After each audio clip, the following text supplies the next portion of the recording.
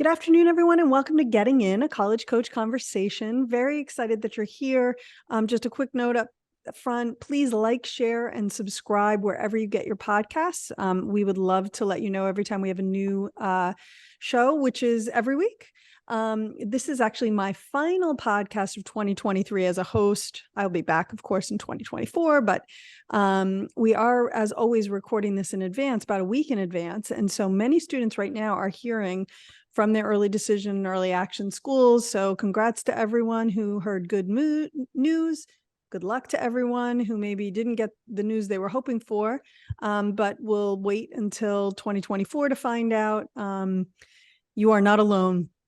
Good luck to you. Hopefully you got a lot of stuff done in advance so you don't have to spend your holiday break working on college essays. Today's show is going to be a little bit different in that the second two segments, we're going to focus exclusively on one topic, and that is kind of what we talk about when we talk about distinguishing excellence. So for all those literary aficionados out there, you might recognize that we're making a play on a very famous title of a short story there, but we're going to be talking a little bit more about that and distinguishing excellence impact on college admissions. But before we do that, I'm very excited because we have a special guest with us today, Meghan Thompson, who is a Student Recruitment Officer at the University of Victoria in Canada. Really excited to have her here today. Hi, Meghan. Hi, thank you for having me. Absolutely. You know, we talk a lot about college admissions, and primarily we focus on colleges here in the United States because that's what we know really well, and because most of our families who are tuning in are interested in going to college in the US. However, we do know that more and more students are looking north of the border and considering that as an option. And certainly there have always been students going in that direction. And we have listeners from all over the world who consider schools in Canada. So we're excited to talk not only just about the University of Victoria, but also about kind of thinking about going to college in Canada in general. And I guess, why don't we start with, tell us a little bit about the University of Victoria and why students might want to take a look at the institution you represent. Yeah, absolutely. First, I'll just mention I have been a student recruitment officer for about 6 years, but I also studied at UVic. I graduated with my degree in history and writing, and I met some of my best friends here and did some really phenomenal things on campus. So all of these things that I share are authentic experiences to me as well. A Wonderful. couple of things that really sold me about UVic. First, obviously, the location. The university campus is unlike any other. We've got about 200 acres of green space. So think like old growth rainforest and walking trails rather than skyscrapers and concrete, lots of beaches. The visual behind me on screen is Cadboro Bay Beach, just a 10-minute walk down the hill. And we're a really ideally sized campus. So in terms of student population, we've got about 18,000 undergraduate students, about 22,000 students total, including grad students. So I like to call us the Goldilocks of universities. Not too big, not too small, just the right size. You get all the benefits of a big university like innovation and opportunities, but our goal is to make these experiences accessible to you. At a lot of larger universities, it can be difficult to get involved because you're competing with, double or triple the number of students. And I know sometimes Americans might think that 18,000 sounds like a big number, but UVic is kind of special in that we are a destination school. So about 78% of our students are not local to Victoria. So that means that you won't be alone in relocating and maybe leaving the United States and meeting people from all over Canada and all over the world. Everybody's in that same position, looking to make new friends and start a new chapter. Right. And they're not commuting. So they're not coming in and leaving every night or leaving every weekend kind of thing. They're there to stay. And the other thing that struck me when you were talking about the size of the institution is that there clearly is a big focus on undergrads because that makes up the majority of your student body, which is also really cool for anyone thinking about what their undergraduate experience is going to look like. Definitely. I would guess. Exactly. Yeah. And And in terms so, of location, Beth, sorry, I haven't no, quite that's okay. mentioned it. For folks that aren't familiar with Canadian geography, Victoria is the city that we're located in. So we're on the Pacific Northwest. It's about a 30-minute flight from Seattle to Oh, Victoria, cool. and a good sized city. About 423,000 people live here. And we're currently ranked the best small city in the whole world. So Wow. a lot of That's pretty perks. big. Yeah, exactly. Lots of nature, so we're kind of known for, the proximity to the outdoors and that kind of lifestyle, but still with all the advantages of city life. Got it. Okay. I mean, it sounds great. And actually, I think it sounds like based on the location, that probably ties in to one of the big reasons that you guys are really focused on kind of the environment. And I know we hear a lot about if you look into University of Victoria, you'll hear a lot about climate action. So what can you tell us about that part of the institution? Absolutely. UVic is actually number 3 in the whole world for climate action, number 1 in Canada. So we are incredibly committed to the environment and sustainability and taking action to protect our natural world. Of course, this is inspired by our phenomenal location. You'll see it reflected in research and programs and campus operations, also in experiential learning opportunities. So, our goal is to educate and inspire the next generation of future leaders in climate and sustainability. We have a really cool field school here in the local area that's focused on ethnoecology, where students work alongside Indigenous communities to research the land and the ocean. They're analyzing soil and identifying plants and using field mapping technologies. A lot of these hands-on courses are rooted in the land and how we can make a difference in the world. Yep, very cool. And obviously you don't need to be focused on the environment to be a student there, but if that is something that's really important to you, you'll clearly find a real home at the University of Victoria on that. Definitely. And so what are some of the more popular things that students study there? We are considered a comprehensive university. So that means that we are known for our variety of programming. So, about 100 different major and minor options. Of course, lots of climate related programs like marine biology and environmental studies, but also engineering and business and fine arts and liberal arts. Like I said, I was a history major, and I minored in writing. And I really appreciated that variety of academic options. I was completely undecided when I applied to university, and it allowed me to take a wide number of courses in my first year to really figure it out and explore different options. Got it. So basically, when we think about the University of Victoria, it's a university like any other here in the States. And generally speaking, you probably will be able to study what you want to study and find other students studying the same things there. So that's cool. I mean, again, size of the institution would seem to indicate it's not going to be particularly narrow when you have 18,000 undergrads. So Exactly. that's great. You also have a co-op program, and what I'm seeing more and more of is definitely an interest here in the States in co-op programs. There aren't that many of them necessarily. Northeastern has one quite famously. Drexel has one. Northeastern has always been known for their co-op program, but it's great to have other options. These are schools. Not everyone wants to go to school in the middle of Boston. Not everyone can go to school in the middle of Boston. So alternatives to that are really great. So what can you tell us about the co-op program at UVic? Yeah, co-op definitely tends to be more commonly found in Canada than in the United States. And UVic has one of the largest and most well-established programs in the whole country. So we're kind of co-op experts. For people that aren't super familiar, basically they can incorporate full-time paid work experiences into their studies and jobs that are related to their careers or their interests. And they're alternating between like regular study terms and full-time work terms. I think what makes UVic's co-op program so great is it's designed to be accessible to our students. It's a great example of one of those major benefits of that Goldilocks sized university.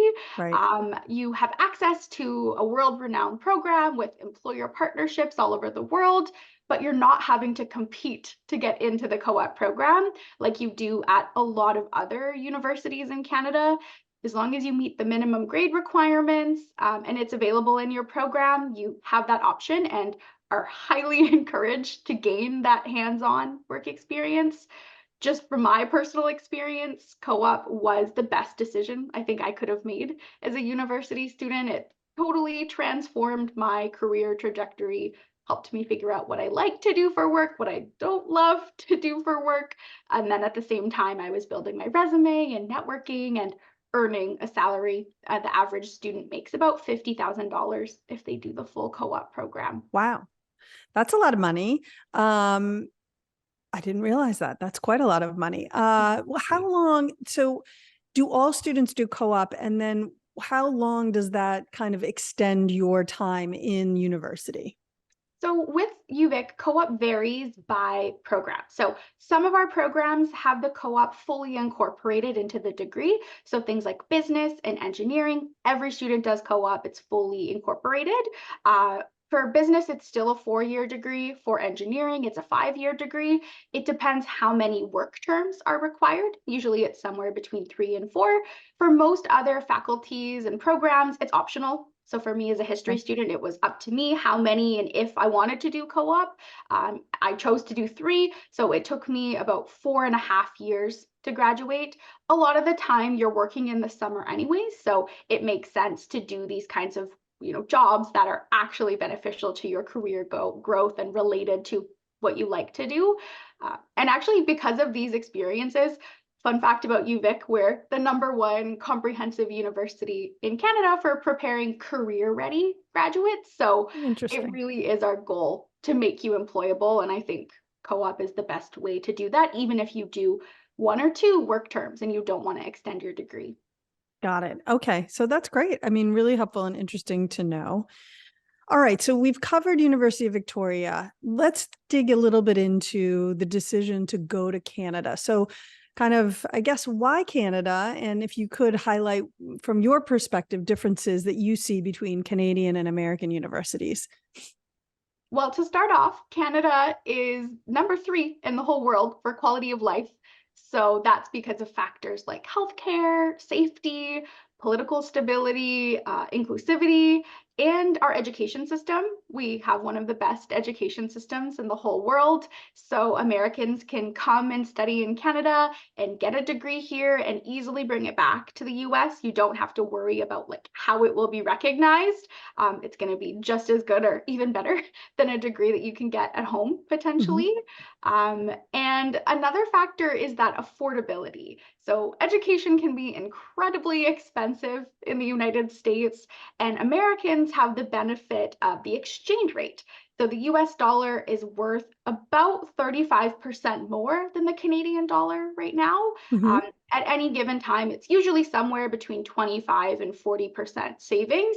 So you're saving on housing and food and textbooks, and of course, your tuition. Our tuition rates are quite affordable, even for an international student. The actual cost does vary a little bit by program, but it's around 30,000 Canadian dollars per year for an Mm. international student with tuition fees. So that's about 20,000 US dollars with the Wow. exchange rate. So Yes. similar to what you would pay at home or even less potentially. Yeah. I mean, in fact, for many, many schools, quite a bit less than you would. So that's exciting. Yeah. And there's funding opportunities. We offer automatic grades-based entrance scholarships to international students. For this fall, 2024, we're expecting the value to be about $10,000 Canadian for a high school senior that has a GPA of about 3.85 or higher. You can bring FAFSA loans with you to Canada. You can bring like private loans, 529 savings plans, and then of course co-op and part-time work, and all of these things come into play to help. Right. Make it considerably less expensive for depending on the schools that you're considering. So yeah, Definitely. that's wonderful. And Well, sorry, I don't want you to cut you off. Are there oh, go other ahead. things that you wanted to highlight? I was just going to say some differences. So we Yeah. kind of that was the second point here. So, the systems are quite similar between Canada and the US. One main difference might be the size of universities. So, Mhm. UVic being considered a medium-sized university with 18,000 undergrads. In the US, that might be considered a large university. We don't have a lot of like really small schools like you do in the United States. Mhm. Probably due to the fact that Canada's education system is primarily public. So we don't have a lot of private schools. So our schools are large and well funded by our provincial and federal governments. Most, secondary education is very well regulated and highly regarded at that international level. So you tend to see less of those, smaller private universities. Right. Right. So if you're considering public universities or probably larger universities, I would agree with you that 18,000 is kind of on the cusp of being more of a smaller, large institution here than a medium-sized institution. When we talk medium, it does feel like generally people are thinking more along the like 5 to 6 to that maybe 10,000 undergrads. So when you start getting more than that, it feels a bit bigger. But again, with 18,000 undergrads, you're not talking about, and then you have a couple thousand more grad students. It's still not a huge space, but there will be really large institutions, right? Like University of Toronto is a really big school, schools like that. They have like 97,000 students at the That's a University lot. of Toronto. Yeah, there you go. That's a lot. That's a lot. Any other differences that you would pinpoint? Yeah, I think the flexibility of programming is something I like to highlight. At many Canadian universities, you won't see that gen ed year like at American schools. Mhm. At UVic, we really strive for the flexibility. So you can apply as undecided and take 10 different classes of your choosing in your first year from 10 different areas of study. You're not having to take math if you don't want to take math. Yeah. Or you can apply directly to a specific major like music or kinesiology or engineering, and dive right into those requirements that you have to meet for a specific program. The application process and the admission requirements can also look a little bit different in Canada. Most universities in Canada are not on the Common App. And we don't have our own countrywide application. So our post-secondary system is structured provincially. So students applying to universities on the West Coast in British Columbia use one provincial system called Education Planner, BC. Got it. Okay. And is it, one thing that we definitely see, although it seems to be shifting just a little bit, is that things like essays and lists of extracurricular activities not really required at many, if not most, Canadian institutions. Are you seeing similar things? I am starting to see you apply for a business program and then you do have to write an essay or do an interview of some type, things like that. But what's your take on that piece? I would say Canadian universities tend to rely a lot more on grades in admissions, as opposed to extracurriculars and references and admissions essays. We focus a lot on the transcript. At UVic, it tends to be department specific. So like you said, business requires like a resume and a personal statement, and visual arts wants to see a portfolio of your work. But a lot of programs like science and engineering and humanities are just looking at your transcript. It's really just grades-based admission evaluating. Right, right. So it's a little bit more straightforward forward. So for people who don't love that element of the US system, it is kind of nice. If you do what you do in school, you send in your transcript and they're going to make a call based on that. There's good and bad to that, right? And for some people, I think it's a really great option. So, any final thoughts as we kind of wrap this up? And in particular, I'd be curious if you had any advice for international students planning to come to Canada or anything like that. I will say to research and apply early. We have like an early application window for US applicants at UVic. So in the fall of your senior year is a good time to get everything in. You do have to have a study permit to come to Canada as an international student. So that is one other difference to keep in mind, and getting the ball rolling earlier will help leave you enough time to work through the immigration pieces and the application itself. And we have a whole team of people at all of these universities in Canada. I am the main point of contact for all students from the United States. So I'm really happy to answer questions and meet with students. We do like Zoom meetings. If you ever wanted to learn more about studying in Canada and what that could look like, we're super happy to help. Awesome. Meghan, thank you so much. And so to our listeners, I hope you guys will check out the University of Victoria. Meghan Thompson is your person if you're applying from the US. I really appreciate it, Meghan. Thanks for taking the time to join us today. Thank you for having me. Absolutely. All right, we're going to take a short break. And when we get back, we're going to be talking about distinguishing excellence. So don't go away.